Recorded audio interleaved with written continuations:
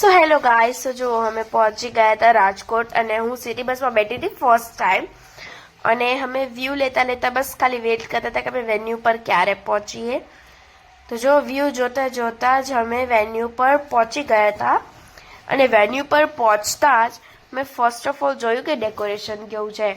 And believe me guys, decoration બહુ beautiful હતું અને સનસેટ ભેગું તો હજુ બ્યુટીફુલ લાગતું હતું. અને જો હું પણ તૈયાર થઈને ગેટ રેડી થઈને તો હું આવતી જ રહી હતી અને બસ ખાલી વેઇટ કરું છું કે જીજુ ને દીદી ક્યારે આવશે. તો જો ફાયરવર્ક્સ ને ક્રેકર્સ બધું કર્યું હતું, પણ જ્યારે બ્રાઇડની એન્ટ્રી થઈ, મીન્સ દીદીની એન્ટ્રી થઈ, જીજુની એન્ટ્રી થઈ, ત્યારે અમે લોકો જમતા હતા. પણ તોય તમે જીજુનો થોડો ઘણો સીન્સ લઈ લીધા છે તો તમે જોઈ શકશો. અને જો અહીંયા બધી ચેર્સ છે, બધા રિલેટિવ્સ અહીંયા છે.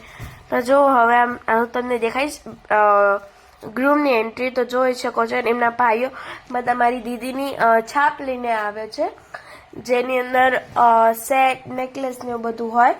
તો જોઈ શકો છો એમની એન્ટ્રી પણ બહુ મસ્ત થઈ હતી. અને થોડા ઘણા સીન્સ લીધા છે તો તમે જોઈ લ્યો. અને જોઈ શકો છો બધું બહુ બ્યુટીફુલ હતું, મીન્સ એકદમ ગ્રેન્ડ હતું.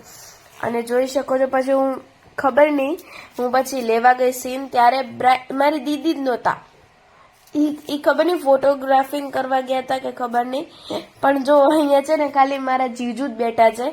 એમનું કંઈક આવે વિધિ ગ્રૂમની, તો એ કરતા હતા. જો આટલા જ જણા છે, બાકી બધા જમતા હતા પાછળ.